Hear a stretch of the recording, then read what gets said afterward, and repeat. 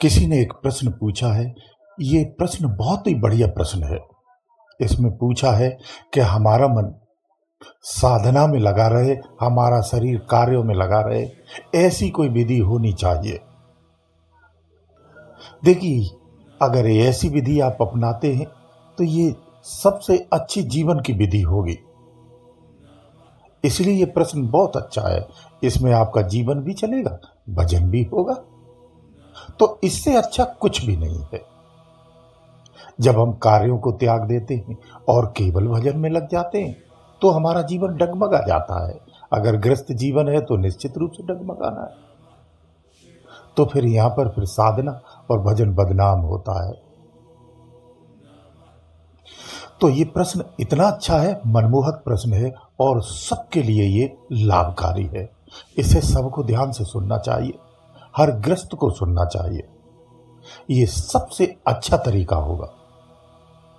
तो देखो, ऐसा है, इस बात को शुरू करते हैं। कई सारी इसकी विधियां हैं। उन विधियों से ये अपना सकते हैं। सहज है, सरल है। इसमें आपके दैनिक दिनचर्या में कोई भी प्रभाव नहीं आता है। कर्म योग, ध्यान योग और आत्मसमर्पण, जिसमें फिर आत्मस्मरण चलता है। तो ये ऐसी तिगड़ी की एकता है। इस मैदान में जो पहुंच जाता है वो इसे प्राप्त करता है।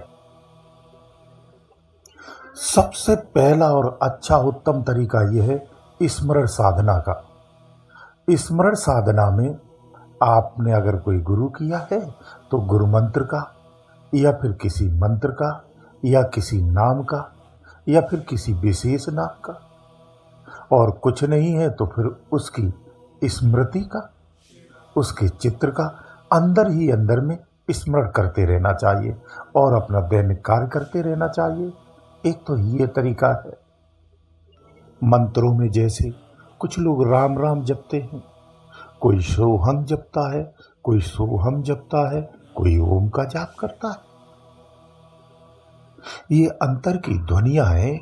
इन ध्वनियों का उच्चारण आप अंतर मन से कर सकते हैं, बिना वाणी के। ये प्रारंभ आपका हो सकता है। प्रारंभ इन्हीं सब चीजों से कर सकते हैं। इससे आपका अंतर्मन बाहरी दुनिया से या इधर उधर की चीजों से भटकने से बच जाता है। मन बंध जाता है, एक स्थान पर लग जाता है और साधना करने लगता है। तो ये साधना भी श्रेष्ठ साधना है, मन को एकाग्र करने की, अंतर की शक्तियों को जागृत करने की। स्मरण साधना से मन को बांधने की सबसे अच्छी प्रक्रिया है, जो नित्य क्षण आपके संतुलन में रहता है। इस पर तुलसीदास जी ने कहा है कि मन कर्म वचन रटे राम ना, तो पाप रथ चढ़े मन। यानी इस मन को निरंतर अंतर मनन में लगा दो तो ये पापों से वंचित हो जाता है, पापों से बच जाता है, पापाचार्यों से दूर हो जाता है। जैसे आप खाना बना रहे हैं, झाड़ू लगा रहे हैं, बाहर कोई दुकान पर अपना व्यवसाय चला रहा है, या अन्य कोई काम कर रहे हैं, या पैदल चलते जा रहे हैं, या अकेले में बैठे हैं, या 10 लोगों के मध्य में बैठे हैं, आप बात करिए, कार्य करिए, लेकिन अंतर में मनन चलते रहना चाहिए, जो आपके अतिरिक्त और किसी को पता नहीं होना चाहिए। ये अंतर मनन है। इसी को अंतर मनन साधना भी कहते हैं। जब ये मन अंतर मनन में रम जाता है, अंतर आनंद को प्राप्त करने लगता है, तो फिर इसे संसार में लगाने पर भी ये संसार में ठहरता नहीं है। फिर ये संसार से छोड़ करके अंदर में ही ठहरता है, क्योंकि अंदर का असीम आनंद उसे प्राप्त होने लगता है और ये संसार उसे फीका लगने लगता है। इसलिए अंतर मनन में ही इस मन को लगा दो तो ये परम चेतन की ओर चला जाएगा। दूसरी साधना ये है साक्षी भाव की साधना। साक्षी भाव की साधना श्रेष्ठ साधना है। इसमें आप अंतर मनन भी करते हैं तो भी आपको साक्षी भाव में ही करना चाहिए। साक्षी भाव के अनुसार आप अपने मन को ये समझाने में अगर कामयाब हो गए कि मैं शरीर नहीं हूं, इसे नित्य क्षण ये भान कराना होता है, अंदर में बार बार दोहराना होता है कि मैं शरीर नहीं हूं। इसे जब बार बार आप याद दिलाते हैं तो धीरे धीरे धीरे धीरे ये स्वीकार कर लेता है कि मैं शरीर नहीं हूं। जब ये स्थिति आ जाती है तो आप पूर्ण साक्षी भाव में होते हैं। फिर आप जो भी ध्यान मनन चिंतन करते हैं या ध्यान करते हैं, खुली आंख से या फिर बंद आंख से, वो साक्षी भाव में जाता है। इसी साक्षी भाव में दूसरा तरीका आपको बताता हूं। देखो, ऐसा है, साक्षी भाव में आपको क्या करना है, अंदर में जैसे आपका एक गुरु है, जिस किसी को आपने बनाया है, उस सक्षम गुरु की तस्वीर को अंतर्मन में बसाइए और ये महसूस करिए कि गुरु हमें हर क्षण देखता है। उस गुरु की तस्वीर को सदा याद करना है। ये मानिए कि गुरु साक्षात हमारे सम्मुख है, हमेशा हमें देखता है, मेरी ही ओर देख रहा है। एक साक्षी भाव ये भी होता है और मैं भी उसी गुरु को ही निहार रहा हूं। मेरा भी ध्यान मेरे गुरु की तरफ ही है। मैं उसी के आदेश से ही ये कार्य करने में सक्षम हूं। जो आप देख रहे हैं, बोल रहे हैं, सुन रहे हैं, समझ रहे हैं, जान रहे हैं या कुछ कर रहे हैं, ये सब शरीर के द्वारा हो रहा है। मैं सिर्फ देख रहा हूं। ये साक्षी भाव होना चाहिए, क्योंकि वास्तव में अगर आप देखेंगे तो ये सब शरीर ही करता है, आप नहीं करते हैं। तीसरी साधना आपकी श्वासा साधना है।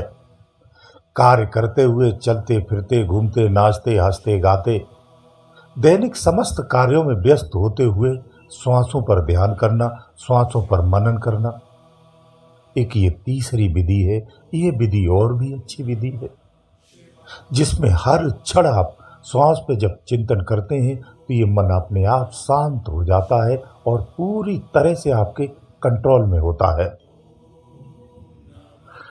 चौथी तरह से अगर बात करूं तो ये कर्तापन का भाव आता है। कर्तापन की यह कर्म साधना में आता है। कर्म साधना में सुदामा की तरह भक्ति करनी चाहिए, सुदामा की तरह साधना ध्यान करना चाहिए। मैं तो तेरा केवल दास, करता केवल कृष्णादास, ये सुदामा की भक्ति है। इस भाव से सुदामा ने भक्ति की है और पूर्णतः समर्पण कर दिया।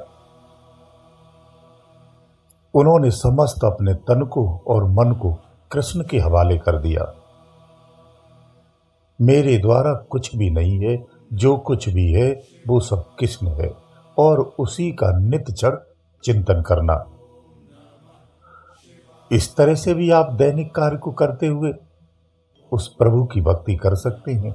इस मन को ध्यान में लगा सकते हैं, प्रभु में लगा सकते हैं। एक दृश्य के रूप में होता है।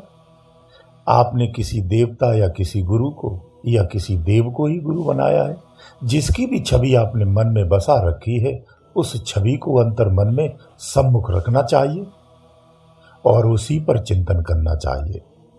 यकीन मानिए, ये चिंतन बड़ा प्रबल होता है। अगर गुरु आपका सक्षम है तो आपकी याद करने मात्र से वो जान जाता है कि हमें किसने याद किया है। ये सक्षम गुरु की परिभाषा है। ऐसे ही देवता होते हैं। देवताओं को अगर सच्चे मन से अंदर में उसका स्मरण किया जाता है, बिना बाणी के अंतर्मन की आवाज को वो सरलता से पहचानते हैं।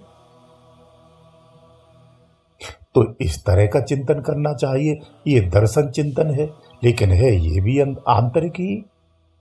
इसमें आपका दैनिक कार्य कहाँ प्रभावित हो रहा है? कहीं भी प्रभावित नहीं होता है। शरीर को कार्य में लगा के रखिए और मन को ध्यान में रखिए। जीवन में सबसे उत्तम तरीका यही है। इसी को सहज योग कहते हैं। सहज योग केवल ये नहीं कि आंख बंद करके आप ध्यान में बैठते हैं।